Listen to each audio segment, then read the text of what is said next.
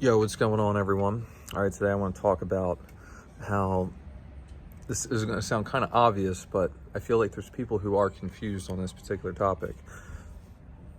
The level of shape you are in pretty heavily corresponds to your ability to be healthy and live long. Sounds straightforward, but there's a lot of people who will make, the claims that there are metabolically healthy obese people, for example, or that you can be overweight and that's still healthy. So there was a large study done on people who were considered metabolically healthy that were obese. However, it was over 1,000 people and only 14 of them were considered that. And it was inevitable that they would be metabolically unhealthy in time, that it experiences this accumulating factor. This should be kind of obvious, but it's just very important to make it very straightforward that the overarching, most important thing for your health and well-being is being in a good shape, like having lower levels of fat, having higher levels of muscle, having better strength, having better cardiovascular fitness. These are the physical biomarkers at which everything in your life improves.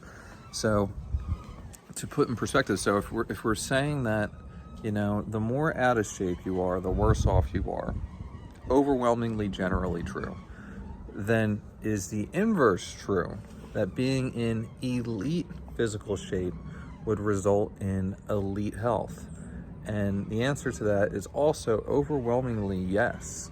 So to me, this is one of the things that makes it exciting to become, great at, strength training, or, if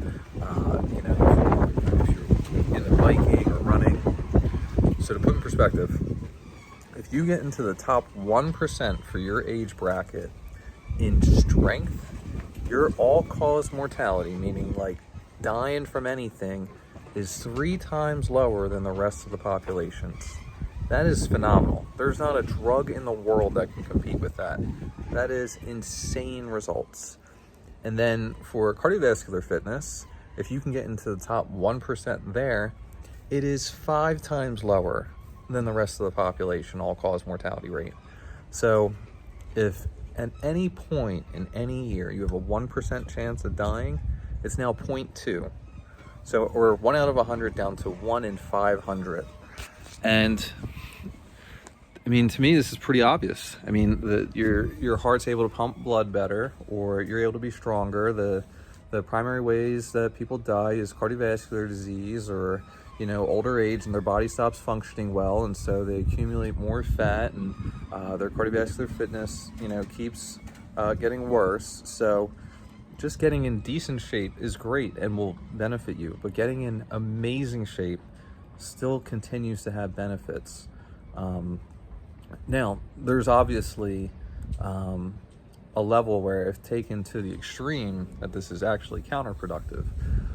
The highest levels of bodybuilding, where they're using performance-enhancing drugs, steroids, human growth hormone, same thing with becoming a professional football player, where they're also using performance-enhancing drugs, steroids, human growth hormone, whatever, that this goes away. But if you are a natural athlete, or you're just not on any performance-enhancing drugs, you getting in amazing shape will just continue to benefit you.